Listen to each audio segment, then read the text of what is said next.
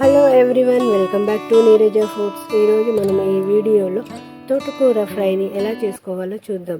దానికోసము 5-6 కట్టలు తోటకూరను తీసుకొని ఫ్రెష్గా వాటిని ఆకులన్నీ తుంచి నీళ్ళల్లో 2-3 సార్లు కడుగి వాటర్లో 5 నిమిషాల వరకు పక్కన పెట్టుకోవాలి. దానికోసం ఒక కడాయి పెట్టుకొని దాంట్లో 2 చెంచాల నూనె పోసి పోపు దినుసులన్నింటినీ కలిపి ఒకేసారి వేసుకోవాలి. జీలకర్ర, ఆవాలు, మినపప్పు,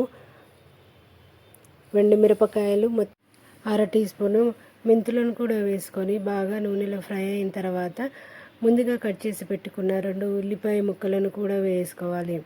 దాంట్లోనే 2 పచ్చిమిరపకాయలను, 1 చెంచా ఉప్పును వేసి బాగా కలిపి ఒక 5-10 నిమిషాల వరకు గోల్డెన్ బ్రౌన్ కలర్ వచ్చేంత వరకు ఉల్లిపాయలను నూనెలో ఫ్రై చేసుకుంటే సరిపోతుంది. దాని తర్వాత మనము ముందుగా కట్ చేసి పెట్టుకున్న తోటకూరలోని నీళ్ళన్నీ కూడా వంపేసి ఆకులను కూడా వేసుకొని అందులోనే 5-6 వెల్లుల్లిపాయలను కూడా వేసి బాగా కలిపి మూత పెట్టి 10 నిమిషాల వరకు ఉడికించుకోవాలి. మధ్యలో కలుపుతూ ఉడికించుకోవాలి. 10 నిమిషాల తర్వాత మూత తీసి దాంట్లో ఉన్న నీరు అంతా కూడా ఇంకిపోయేంత వరకు కూడా మనము ఉడికించుకొని నూనె అంతా పైకి తేలేంత వరకు ఉడికించుకుంటే సరిపోతుంది. అలా ఉడికిన తర్వాత దాంట్లోనే 1 చెంచా కారము, రుచికి తగినట్టు ఉప్పును వేసి బాగా కలిపి మళ్ళీ ఒక 5-10 నిమిషాల వరకు ఉడికించుకోవాలి.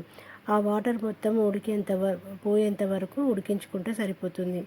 దాంట్లోనే మనం వేసిన వెల్లుల్లిపాయలను ఇక్కడ చూపిస్తున్న విధంగా మెదుపుకొని మొత్తము కలుపుకుంటే కూర టేస్ట్ మరింతగా పెరుగుతుంది.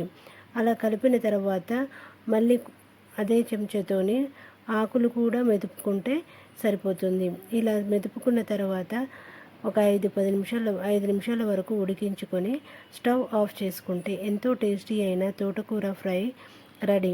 ఈ కూరను మనము రొట్టెలోకి, అన్నంలోకి, చపాతీలోకి, దోశలోకి కూడా బాగుంటుంది. ఒక్కసారి ఇలా ట్రై చేసి చూడండి. ఎలా వచ్చిందో కామెంట్లో తెలపండి. నా వీడియోస్ కనుక మీకు నచ్చినట్లయితే లైక్ చేసి, షేర్ చేసి, సబ్స్క్రైబ్ చేసుకోండి. మరిన్ని కొత్త వీడియోస్తో మళ్ళీ కలుద్దాం. Thank you for watching.